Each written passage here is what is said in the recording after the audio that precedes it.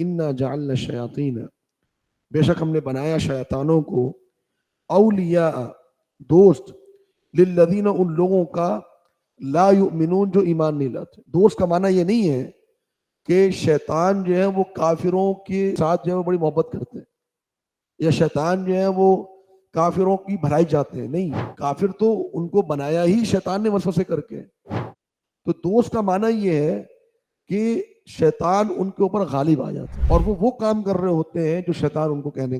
ایک اور مقام پر اللہ رب العالمین نے اس کو اور کیفیت میں بیان فرمایا کہ انما سلطانہ علی الذین یتولونہ والذین هم به مشرکون، کہ اللہ رب العالمین نے شیطان کو سلطان دیا، سلطان کا معنی قوت اور سلطنت دی ہے ان لوگوں کے اوپر جو شیطان کو اپنا دوست بناتے ہیں اور جو اپنے رب کے ساتھ شرک کرتے ہیں یا اس شیطان کو اللہ کا شریک بناتے ہیں۔ تو جو مشرک ہے، جو کافر ہے، وہ شیطان کے دوست ہیں، وہ شیطان کے کہنے میں چلتے ہیں۔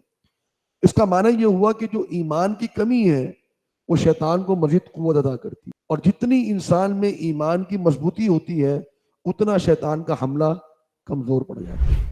اسی لیے فرمایا کہ انہ لیس لہ سلطان علی الذین آمنوا وعلی ربہم یتوکلون، کہ وہ لوگ جو اپنے رب پر توکل کرتے ہیں اور اللہ پر ایمان لاتے ہیں، شیطان کو ان پر کوئی طاقت اور قوت اور اختیار نہیں، وہ گمراہ نہیں کر سکتا، ان کو بڑا کمزور حملہ ہوتا ہے۔ ایک شخص ہے، وہ فجر میں اٹھتا ہے اور نماز ادا کرتا ہے، اپنا فرض ادا کرتا ہے، ذکر و اذکار کرتا ہے، تو شیطان کچھ نہیں کر سکتا۔ اور شیطان تو اتنا کمزور ہے کہ اگر ایک شخص جو ہے وہ گھر میں داخل ہوتے ہوئے بسم اللہ پڑھ لے تو شیطان اس گھر میں نہیں جا سکتا۔ اتنا کمزور ہے کہ اگر ایک شخص کھانا کھاتے وقت بسم اللہ پڑھ لے تو شیطان اس کھانے میں سے ایک لقمہ نہیں کھا سکتا۔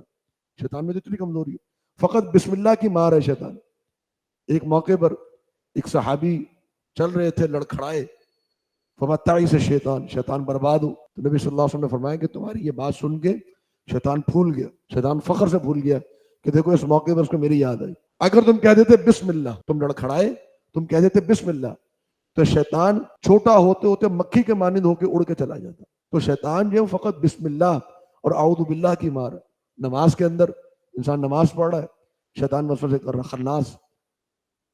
خناس آتا جاتا ہے، وسوسے کر رہا ہے، جا رہا ہے، آ رہا ہے، ہم اعوذ باللہ پڑھ کے الٹی طرف تھوڑا سا تھوک دو تو شیطان بھاگ جائے گا۔